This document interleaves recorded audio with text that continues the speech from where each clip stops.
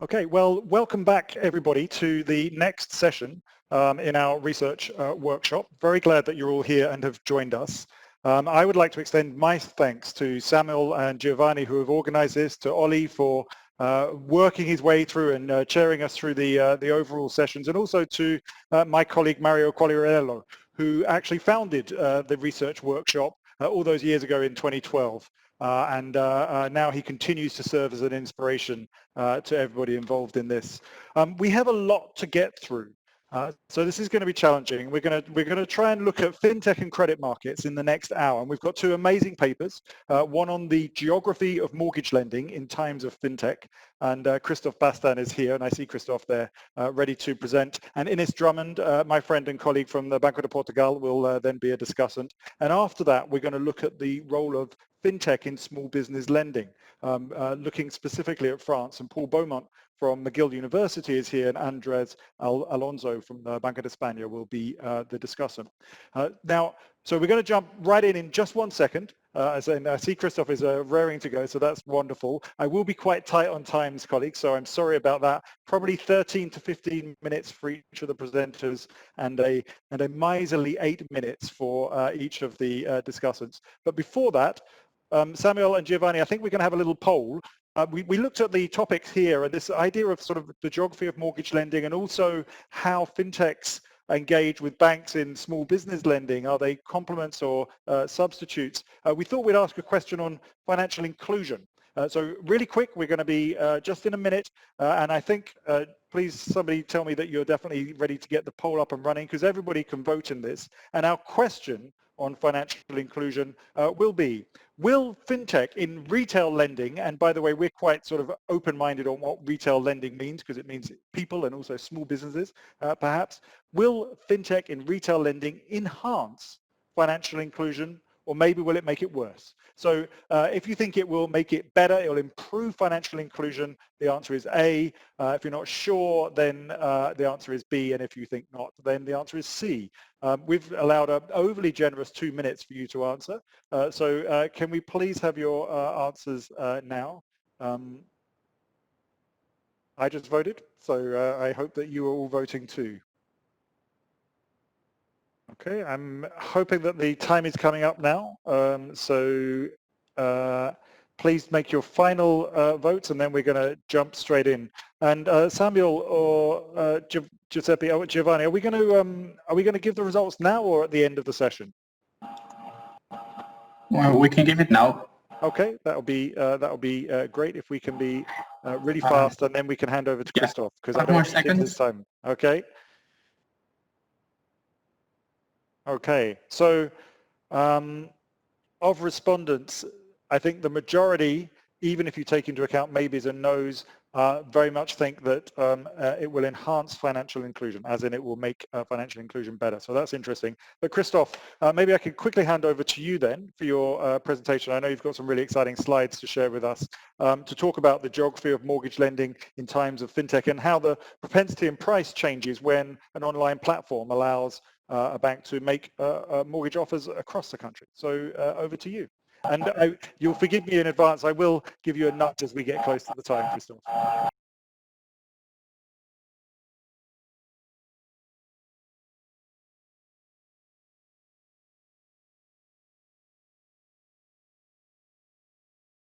For giving me the opportunity to present this research, which is joined with my University of Zurich colleague Stephen Ongena. And as Piers already indicated, it's about how the existence of an online platform changes mortgage lending. In particular, we're interested in 3 dimensions here. How does online lending behavior relate to prior market concentration? How does it relate to risk management concerns? And the 3rd dimension I will get to only if I have the time is about the extent to which these decisions can then be automated. So let me jump right in. The platform we study here is the Swiss web platform Comparis. As you can easily see, the name stems from the word compare, because it's used a lot by anyone residing in Switzerland to compare the prices of all kinds of goods and services, so it's very well known. In particular, in 2008 to 13 only, they also offered the opportunity for households to apply for mortgages, and then each household would entirely online get responses from different lenders, including both banks and non-banks. Importantly, the platform we'll use data from was operated by a non-bank, by this website. More recently, larger banks, including UBS, have also started to operate a platform where lending is being done also by other banks. So in terms of, is it about banks or non-banks, the platform can be provided by either. The important thing, though, is... Christoph, I just want to ask a favour of you. If you're able to present your slides, that would be super. If not, it doesn't matter. But if you're able to present, I think... I thought I was. Okay, let me... sorry. Oh, it was... Thanks for letting me know. Can you see them now? Wonderful. Go ahead. Okay. Okay, thanks for the comment. Okay. So yeah, as I said, it's about market concentration, risk management, and automation, and the data are from this platform Comparis.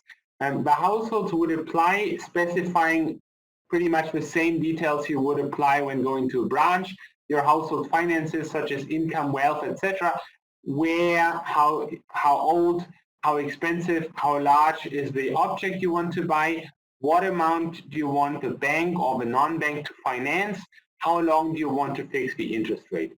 And then the platform would forward the applications to different providers, and each household would get responses from many different providers. And the reason we're analyzing this is that in Switzerland there are a lot of local banks that are focused on one canton or state, or even on a few municipalities only. So households could interact only with the banks that have branches traditionally in that region, but through the website, households from across the country could interact with lenders from across the country. That's the new thing, and that's what we want to analyze the effects of. So the households would then get an indicator whether each lender is willing to make an offer, and if it is, what price. The price is the mortgage interest rate. We subtract the interest swap rate applicable on the same day for the same fixation period. So the idea is that we already control for the cost of fully hedging interest rate risk, and the price we analyze will then tell us the assessment of the credit risk and how eager is the respective lender to lend to the respective borrower in a certain. So the first dimension we're interested in is how is eagerness to lend related to the prior concentration of the market. We analyze each of the 26 cantons or federal states as separate markets. Practitioners often consider them separate or somewhat separate because the set of banks active in each market is different, not because of regulation, but largely because the cantonal banks, which often have a state guarantee, have mandates that restrict their geographical focus traditionally. So a priori, the easiest thing to do would be to regress whether banks make an offer and at what price on the prior market concentration in each of the applicants' cantons, measuring the market concentration as is common with the Hirschman index, the sum of the squared market shares. Now, if you look at the simplest theory, the Monty Klein model of banking, that would tell you, well, the bank has to make a more attractive price when competition is intense. When competition is not intense, they will seize the opportunity to get a larger margin. Thinking more about this, though, we realized that the bank could actually behave oppositely. They could try to charge a lower price to get a foot in the door in the least competitive, in the more concentrated markets, because often there is follow-on business. So if through this online platform, a bank from, say, Zurich could onboard a customer from, for example, Geneva, then they can sell other products to the same customer, refinancing the mortgages, advising on investment, taking deposits, etc. And so they should make lower, more attractive prices to clients in more concentrated markets. So this is the hypothesis we have here.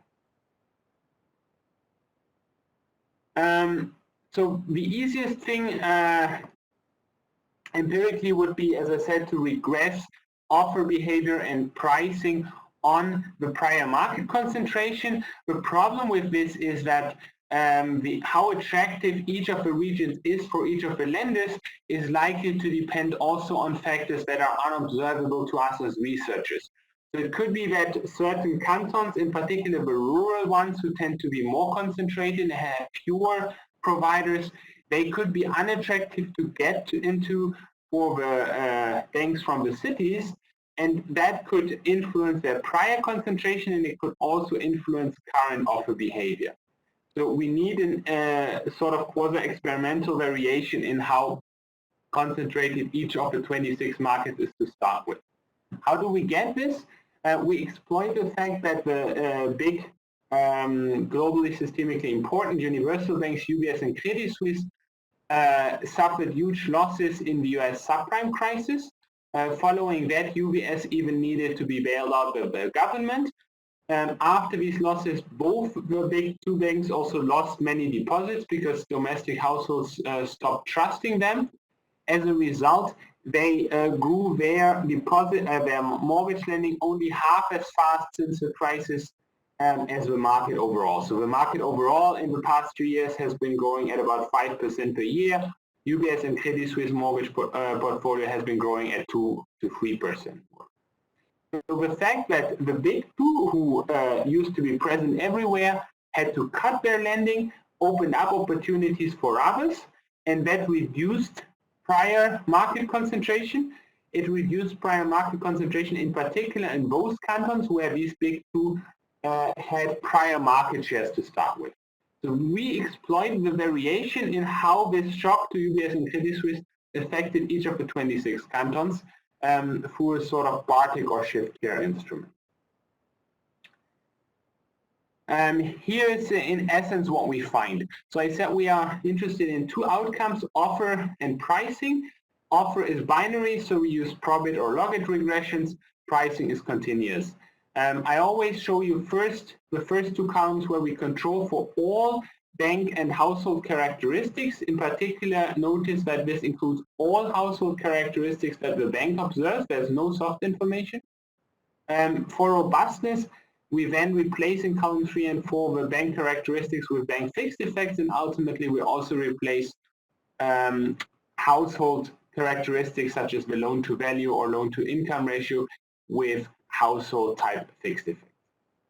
What we find is indeed when the Herfindahl index of prior market concentration is higher, banks are more likely to offer and make lower prices. So they really seize the opportunity to use that platform to get into the most attractive market for them. The coefficients and the marginal effects you see here are those for moving from a Herfindahl index of 0 to a Herfindahl index of 1. That's from perfect competition to perfect monopoly. Of course, that's not what we're actually looking at. What is more interesting to think about is what is the effect of changing the Herfindahl index of prior concentration by 0.1 units, which corresponds to the US Department of Justice distinction between high and low concentration. And when we do so, we find that the offering propensity increases by about 1.8 to 3.5%, just divide this by 10, and the price goes down by not 50 something, but by about 5 basis points. And this is enough to say that after controlling for all the other things, the banks really want, in particular, to get into the most concentrated market.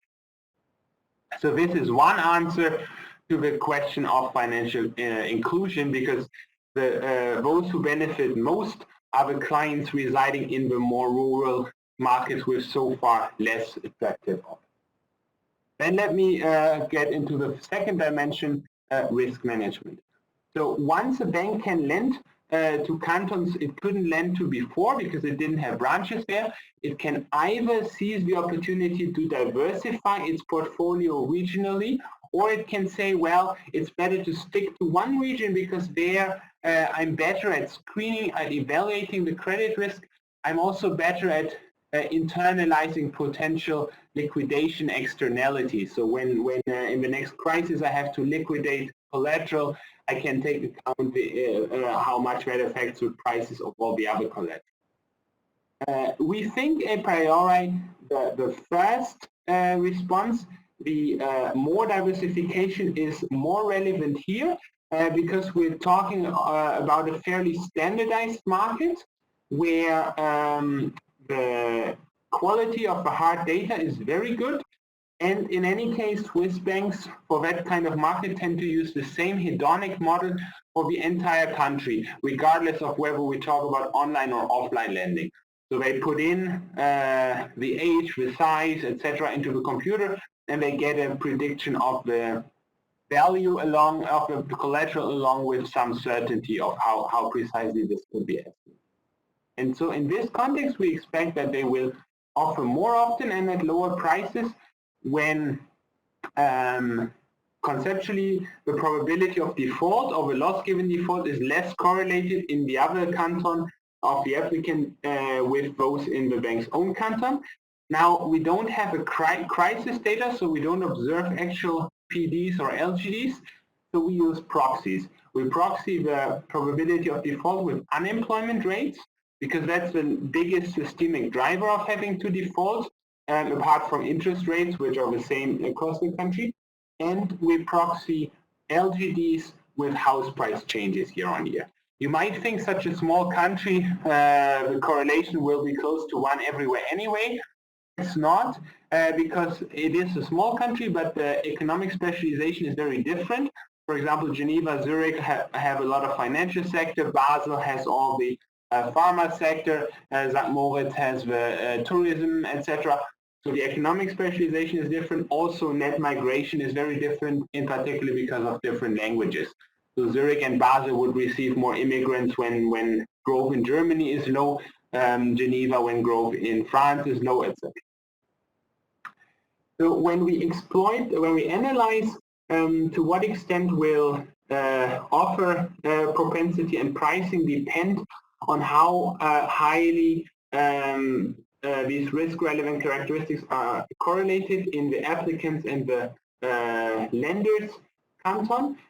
We have the benefit that we observe for each lender responses to different borrowers, and we also observe for each borrower responses from different lenders. So we can use fixed effects on both sides, controlling for anything observed or unobserved that is cross-sectionally fixed within each borrower or within each lender, and then see how what is the effect of different correlations between the two. Here's the key results. Again, the structure of the table is the same as before. Offer and price are the outcomes, and we start with full controls and then gradually replace the controls with fixed effects. And what we find here is, as I hypothesized, when the correlation is lower or the complementarity is higher, we just define the complementarity as the inverse of the correlation, then there are more offers and lower prices. In terms of scaling, what you want to think of here is, again, not a correlation moving between 0 and 1, but by one standard deviation, which is 0.07 units of this unemployment complementarity variable. And when cantons are more complementary by 0.07 units, offer propensity goes up by 2%, prices go down by 2%. So the banks are keener to offer to cantons where unemployment is less correlated with that at home. We find similar results when we measure complementarity in terms of house prices. I don't display that here for reasons. Okay, how much time have I left? You've got really just a couple of minutes, I'm afraid, Christoph, so you might want to jump to the overall conclusions, which I know, and then you could sort of skate over a little bit the results on automation. Sorry for that. Yeah, no, that's fine. So let me just summarize the automation by saying that the decision whether to make an offer and at what price is more automated by larger banks who have a larger pool of prior observations to rely on, It is more automated for safer applicants with lower loan-to-value and loan-to-income ratios. And what's most important in the context we study, the extent of automation increases for each 1,000 responses the bank has already sent out through the platform. And that means that the longer a bank is active in this new environment, the more can it save operational costs. So let me then already conclude. So I said that this kind of online platform allows banks to get together with borrowers who could not meet otherwise. The first finding we have is that it improves the offer quality for borrowers, in particular for those borrowers residing in less competitive regions. It's also, of course, also beneficial for the banks who can access new profit opportunities. Of course, the banks who were in the less competitive cantons before, they lose. They had more market power before and they will lose. The second finding is that banks can increase their diversification. Now, what is interesting here is another way to do this is, of course, through securitization, as we've seen in the US before the crisis, for example. So one small regional bank could just securitize their mortgages and then another one could buy the mortgage-backed securities. We know this is associated with a lot of agency problems.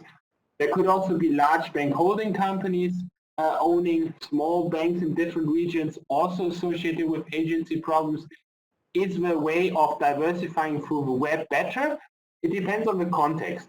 So we argue that in the context we study, with standardized lending and good hard information, the diversification can really benefit the risk management.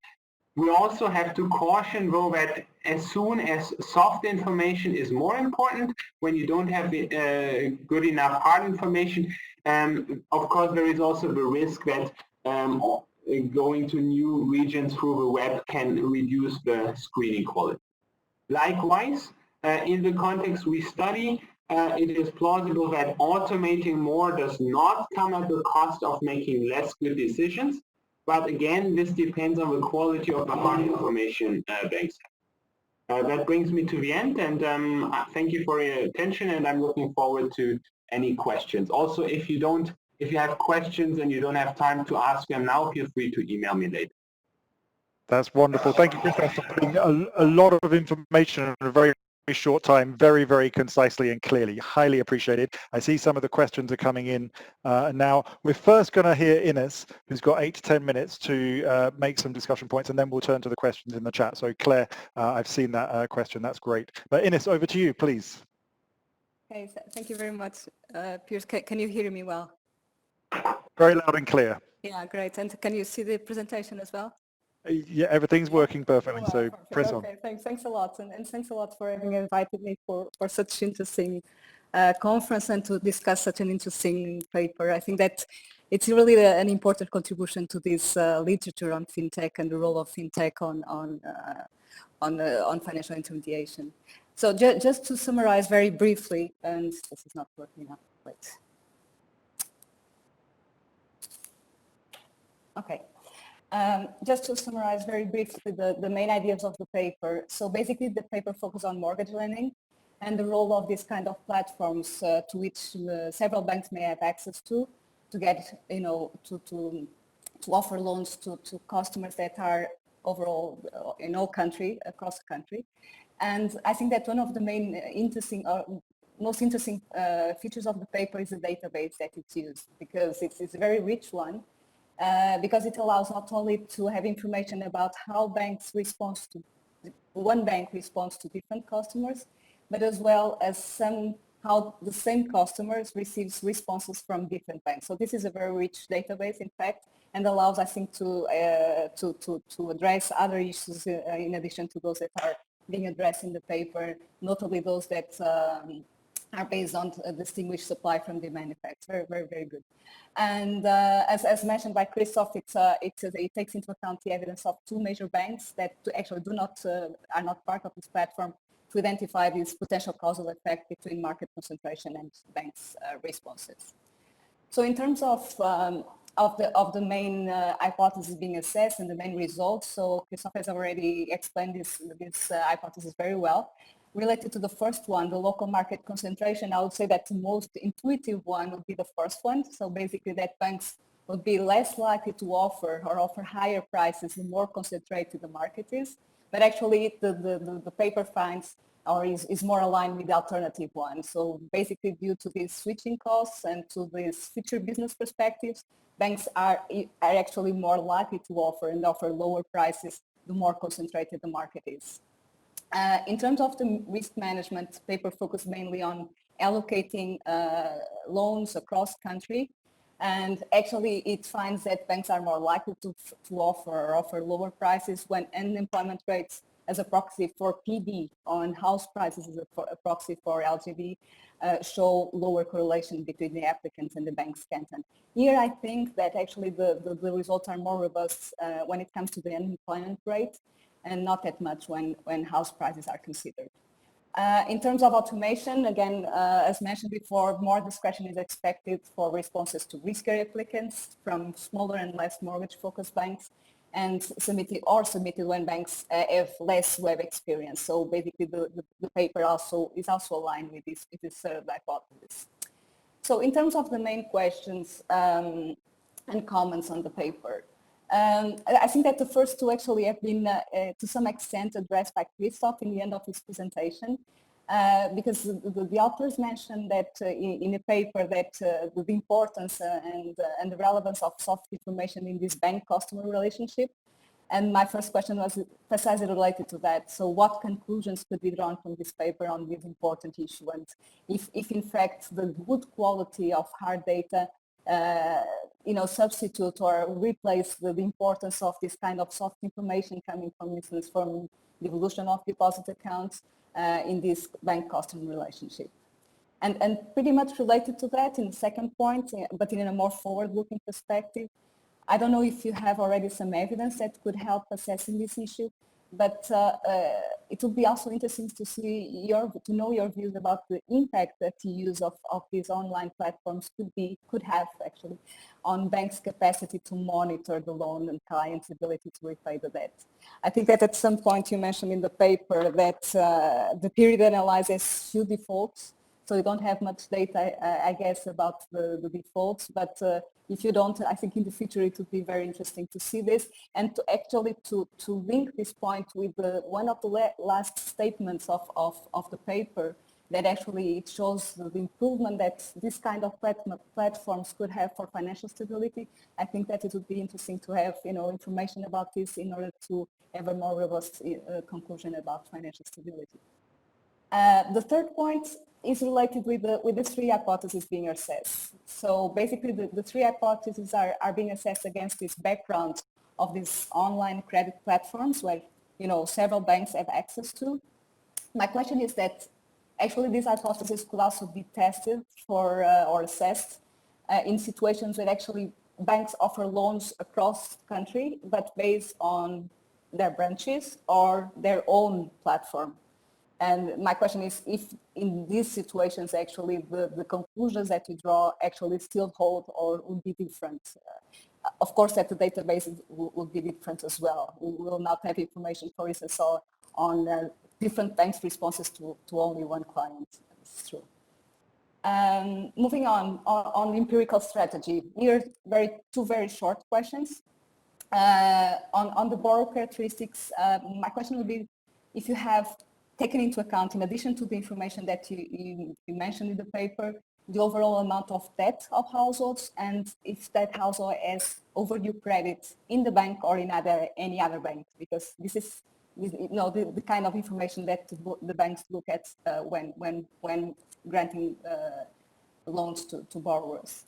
And in terms of the bank characteristics, there are several variables that you use. The only thing that I missed there was some kind of variable that actually assess the overall bank's balance sheet quality as the NPL ratio. There are so much literature on this as well that it could be interesting also to include this variable. On the results, as I mentioned before, I think that when you consider the house price growth as a proxy for LTV, the results are not as robust as for the unemployment rate, as the proxy for PD.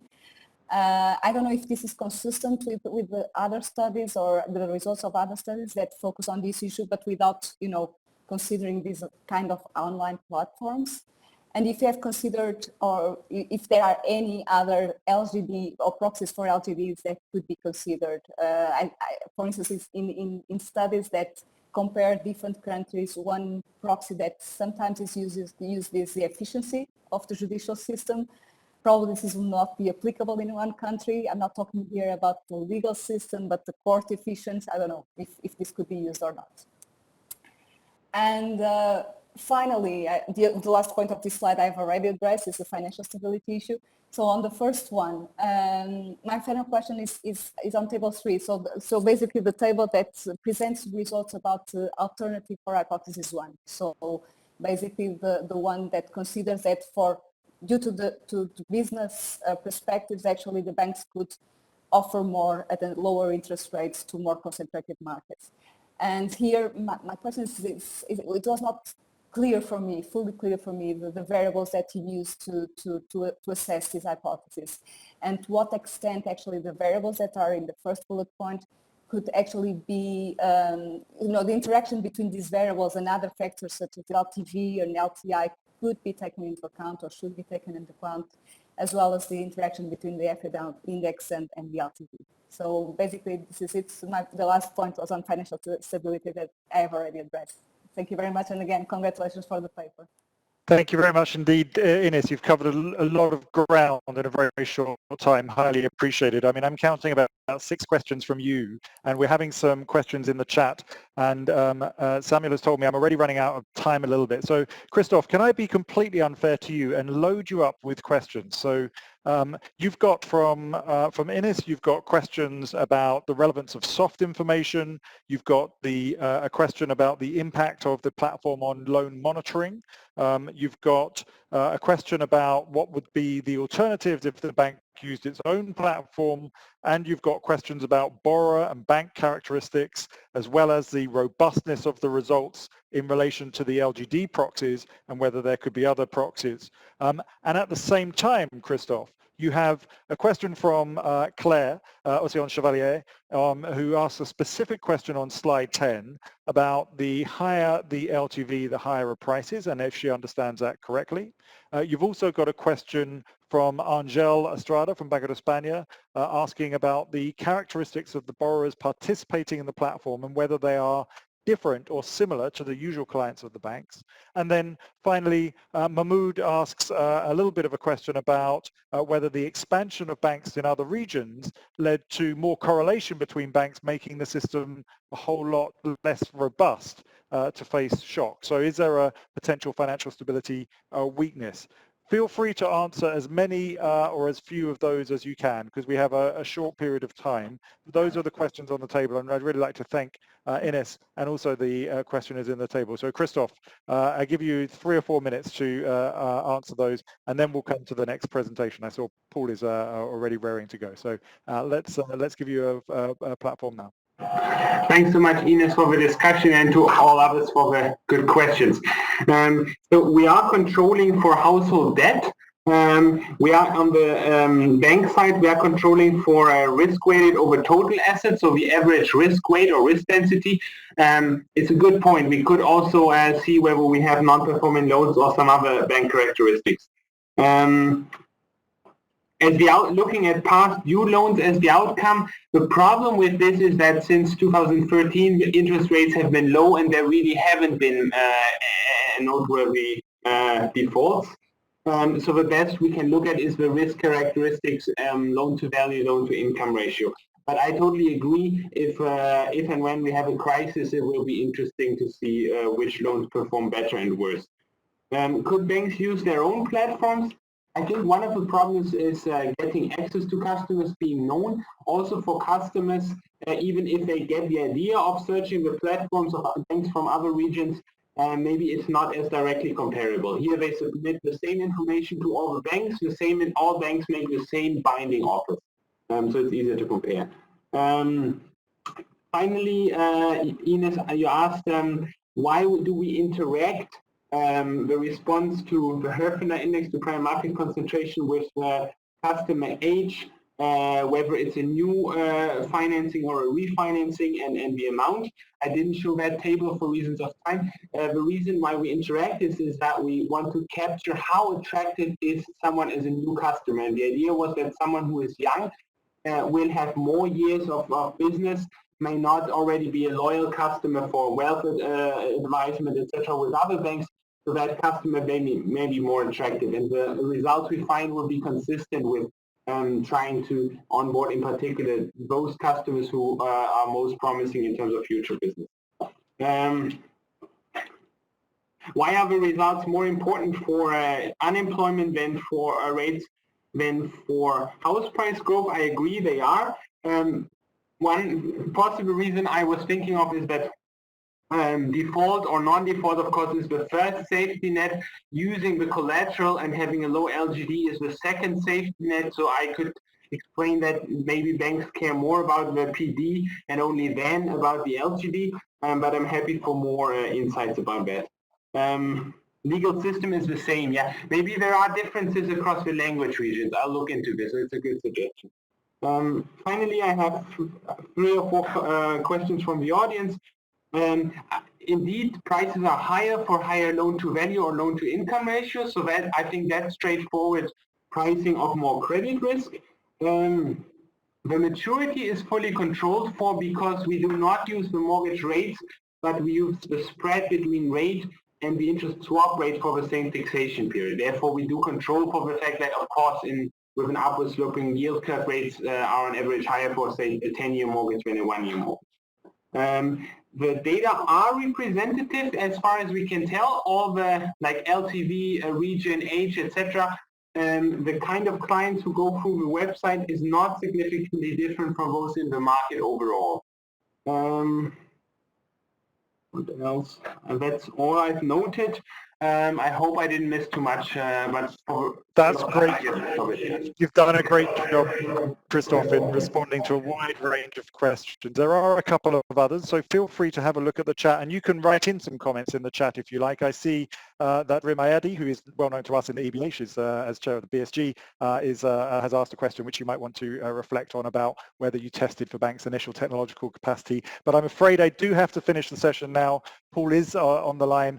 I really enjoyed your paper. Thank you so much for that, and I think it bears out a little bit of what the audience said at the beginning about the benefits of fintech or the use of technology in terms of broadening out and for clients, which is what counts.